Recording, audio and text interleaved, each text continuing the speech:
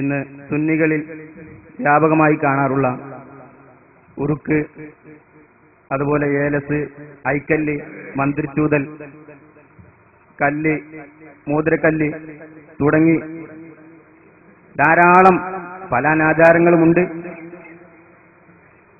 അതിനോടൊപ്പം തന്നെ ഈ പറയപ്പെട്ട അനാചാരങ്ങൾ വ്യാപകമായി കാണാൻ കഴിയുന്നു. ഇവിടെ നമുക്ക് വ്യക്തമാകുന്നത് സുന്നി ഉലമാക്കൾ അവരുടെ പോക്കറ്റ് നിറയുന്നതിന് വേണ്ടിയാണോ എന്നറിയില്ല, സാധാരണക്കാരുടെ പോക്കറ്റ് കാലിയാക്കുന്ന രൂപത്തിലുള്ള ഇത്തരം ഇസ്ലാമിന് അന്യമായ പ്രവർത്തനങ്ങളും അതുപോലെ കർമ്മങ്ങളുമെല്ലാം ഉണ്ടാക്കി സുന്നി ആളുകളെ വിഡ്ഢികളാക്കുകയാണ്. നസായി ഉദ്ധരിച്ചൊരു ഹദീസ് ഞാൻ ഇവിടെ വായിക്കുകയാണ്.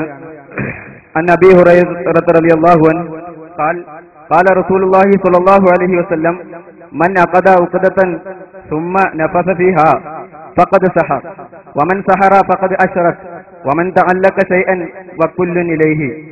ആരെങ്കിലും ആയിക്കോട്ടെ, ഒന്നുമില്ല, ഞങ്ങളെ വായന കിട്ടി തീർച്ചയാണ്, ക്ഷമിക്കണേ. ആരെങ്കിലും അതുപോലെ മന്ത്രിച്ചൂതി കെട്ടും കയറുമൊക്കായി ചെയ്തു കഴിഞ്ഞാൽ അത് സഹറ, അത് ആഭിചാര്യമാണ്, മാരണം എന്നൊക്കെ പറയും. വമൻ സഹറ ഫഖദ് അശ്റക, ആരെങ്കിലും ആഭിചാരം നടത്തി കഴിഞ്ഞാൽ അവൻ ശിർക്ക് പ്രവർത്തിച്ചവനാണ്. ഇത്തരത്തിലുള്ള ഈ ഹദീസിന് മഹാനായ സുയൂത്തി ഇമാം വിശദീകരിക്കുന്നു. ഐമൻ തഅല്ലക ശൈഅൻ മിന തആവീദി വത്തമാഇമി വഅശ്ബാഹിഹാ മുഅ്തഖിദൻ അന്നഹാ തജ്ലിബു ഇലൈഹി നഫ്അൻ ഔ തദ്ഫഉ അൻഹു ദററ.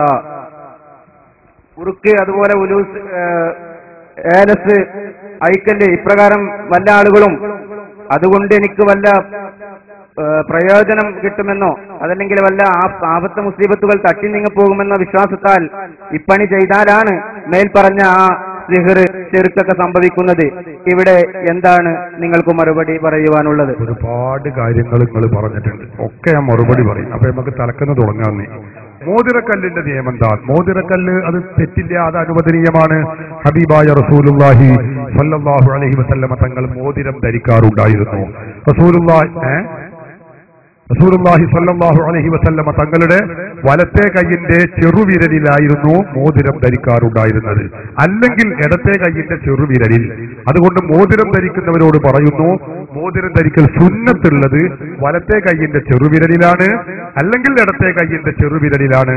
അല്ലാത്ത വിരലുകളിൽ ഏതിലായാലും അത് കറാഹത്താണ്, അല്ലെങ്കിൽ അത് ചില പണ്ഡിതന്മാർ ഹറാമാണ് എന്നും പറഞ്ഞിട്ടുണ്ട്. അതുകൊണ്ട് ഞാൻ പറയുന്നത് ഈ വിരലിലെ മോതിരം ധരിക്കാവൂ. ആ ധരിച്ച മോതിരത്തിൽ മോതിരക്കല്ല്, നമ്മൾ പല കല്ലുകളുണ്ട്, ഫൈറൂസ് പോലത്തെ പല കല്ലുകളുണ്ട്, അങ്ങനെ പല കല്ലുകളുമുണ്ട്. അത്തരം കല്ലുകൾ അത് വെക്കാവുന്നതാണ്. റസൂലുള്ളാഹി തങ്ങളുടെയും സഹാബത്തിന്റെയും മഹാത്മാക്കളുടെയും ഒക്കെ കാലത്തുള്ള മോതിരത്തിന്മേൽ അപ്രകാരമുള്ള കല്ലുകൾ ഉണ്ടായിരുന്നു എന്ന് ചരിത്രത്തിൽ നമുക്ക് കാണാൻ കഴിയുന്നു, ഹദീസുകളിൽ കാണാൻ കഴിയുന്നു. അത് അനാചാരമല്ല, ബിദ്അത്തല്ല.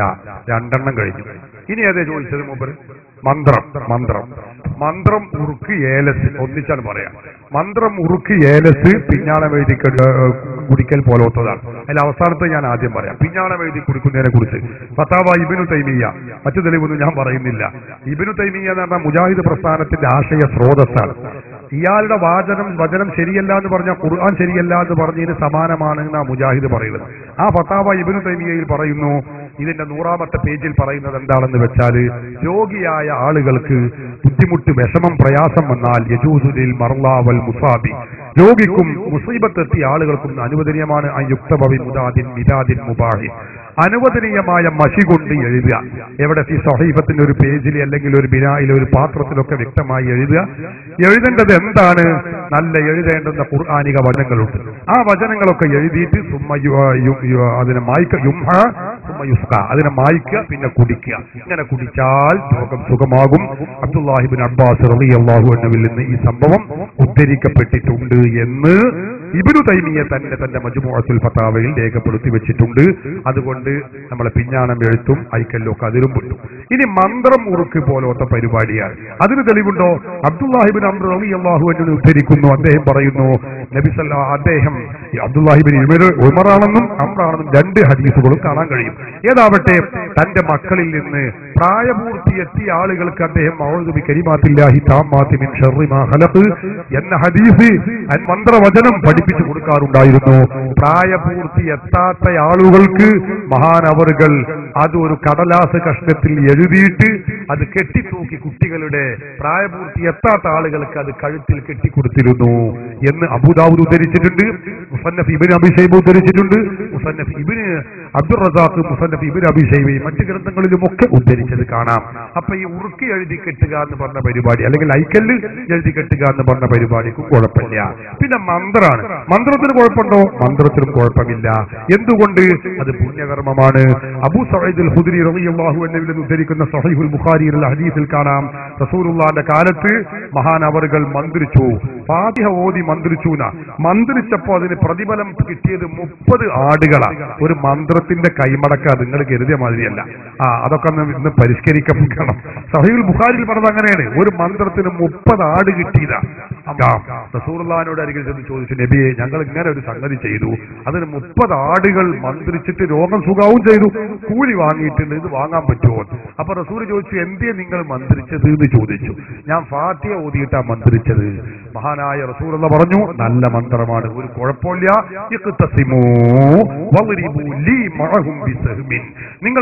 നിങ്ങൾ ആ കിട്ടിയ ആട് ഓഹരി വെച്ചോളൂ, എല്ലാരും ഓഹരി വീതിച്ചെടുത്തോളൂ, ഒരു ഓഹരി എനിക്കും വേണം. റസൂലുള്ളാഹി മന്ത്രിച്ച് വാങ്ങുന്ന കാശ് വാങ്ങാൻ പറ്റുമെന്നതിന് റസൂല് പഠിപ്പിക്കുകയാണ്. അപ്പൊ ഹദീസിലായിരുന്നു തെളിവുണ്ട്. മുജാഹിദുകളോട് ചോദ്യം എന്താ? മുജാഹിദിനോട് ചോദ്യം, അവരോട് ചോദ്യം. മുജാഹിദിന്റെ മൗലവിയാണ്, സംസ്ഥാന വൈസ് പ്രസിഡന്റ് എഴുതിയ പുസ്തകമാണ് MI മുഹമ്മദ് അലി സുല്ലമി എന്ന സംസ്ഥാന വൈസ് പ്രസിഡന്റ് എഴുതിയ പുസ്തകം. ഈ പുസ്തകത്തിന് ചോദ്യം എന്താ? ചോദ്യം, ഖുർആൻ കൊണ്ട് രോഗിയെ മന്ത്രി ചൂതുന്നതിന് കൂലി വാങ്ങാമോ? മന്ത്രി ചൂതാൻ കൂലി വാങ്ങാമോ? പ്രതിഫലമില്ലാതെ മന്ത്രി ചൂതാമോ? ഉത്തരം, ഖുർആൻ പാരായണം ചെയ്ത് രോഗിയെ മന്ത്രിക്കാമെന്ന് മാത്രമല്ല, അത് പുണ്യകർമ്മം കൂടിയാണ്. തന്റെ സഹോദരന് ഉപകാരം ചെയ്യാൻ കഴിയുന്നവർ അത് ചെയ്യട്ടെ എന്ന് നബി പ്രസ്താവിച്ചിട്ടുണ്ട്. കൂലി വാങ്ങാതെ മന്ത്രിക്കുന്നതാണ് ഉത്തമം. കൂലി വാങ്ങാതെ മന്ത്രിക്കലാണ് ഉത്തമം. കൂലി ചോദിച്ചു വാങ്ങുന്നതിനും വിരോധമില്ല. സുന്നികൾ അങ്ങനെ ചെയ്യുന്നില്ല അല്ലെ? മന്ത്രിച്ചിട്ട് പൈസ എടുക്കാൻ, അല്ലാതെ എവിടെ പോണത്, അല്ലെങ്കിൽ വിടൂല ഞാൻ മന്ത്രിച്ച എന്ന് സുന്നികൾ പറയുന്നില്ല. മുജാഹിദ് പറഞ്ഞത് എന്താ? കൂലി ചോദിച്ചു വാങ്ങുന്നതിനും വിരോധമില്ല. അതെല്ലാം നബി സല്ലല്ലാഹു അലൈഹി വസല്ലമ തങ്ങൾ അംഗീകരിച്ച കാര്യമാണ്. നോക്കുങ്ങൾ, ഇത് മുജാഹിദിന്റെ പുസ്തകമാണ്. ആർക്കും വേണി സംശയമുള്ളവർക്കും നോക്കാം.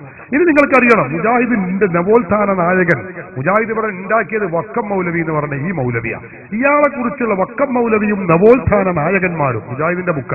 അതിൽ പറയുന്നു, വക്കം മൗലവിയുടെ ഒരു ദിവസം അയാൾ ഒരു ദിവസത്തെ വിശദീകരിക്കാം. കാലത്ത് 6:30 മണിയോടെ ശയ്യാമുറി തുറന്ന് മൗലവി പുറത്തു വരും. 6:30 മണിക്കാ മുമ്പ് പുറത്തിറങ്ങുള്ളൂ. അതുപോലെ എന്താ പരിപാടി എന്നാവും, എന്തേലും ആയിക്കോട്ടെ. അപ്പോൾ സ്വദേശികളും അയൽദേശവാസികളുമായി നാനാജാതി മതസ്ഥർ ആബാലവൃദ്ധം വീട്ടിന് പുറത്ത് കാത്തു നിൽപ്പുണ്ടാകും. ഒരുപാട് ആളുകളുണ്ടാവും. ആരൊക്കെ? എലി, പൂച്ച, ചിലന്തി, പഴുതാര, പേപ്പട്ടി, പാമ്പ്, ഇവരൊക്കെ അങ്ങനെ ക്യൂ നിൽക്കുന്നുണ്ടാവുന്നല്ല, അങ്ങനെ കരുതണ്ട. ഇതിലേതെങ്കിലും ഒന്ന് കടിച്ചിട്ടുള്ളവരായിരിക്കും ഈ ക്യൂ നിൽക്കുന്ന ആളുകളൊക്കെ. അവർക്കെല്ലാം ഗ്ലാസിൽ ശുദ്ധജലം ഓതിക്കൊടുക്കുക അതിരാവിലെയുള്ള ഒരു പ്രഭാത പരിപാടിയാണ്. വക്കം മൗലവി എന്ന് പറഞ്ഞ മുജാഹിദിന്റെ ടോപ്പ് സ്ഥാപകനാ. മൂപ്പര രാവിലത്തെ പരിപാടി എന്താ? ശിർക്കയിൽ പല ഭാഷയിൽ എന്താ? ആൾക്കാരിങ്ങനെ പേപ്പട്ടി കടിച്ചവര്, പാമ്പ് കടിച്ചവര്, പഴുതാര കടിച്ചവരൊക്കെ ഉണ്ടാവും. അവർക്കൊക്കെ ഒരു ഗ്ലാസ് വെള്ളം ആദ്യം തന്നെ ശിർക്കാൾ ചെയ്ത് കൊടുക്കും, അതിനോട് ഊതി കൊടുക്കും. വെള്ളത്തിൽ ഊതി മന്ത്രിച്ചു കൊടുക്കുന്ന പരിപാടിയാണ്. KM മൗലവി അല്ല, വക്കം മൗലവി ഇവരുടെ സ്ഥാപക നേതാക്കളിൽപ്പെട്ടയാളാ. ഇവരുടെ ചര്യാന്ന് ഇവരെ കുറിച്ച് ഇവരുടെ പുസ്തകത്തിൽ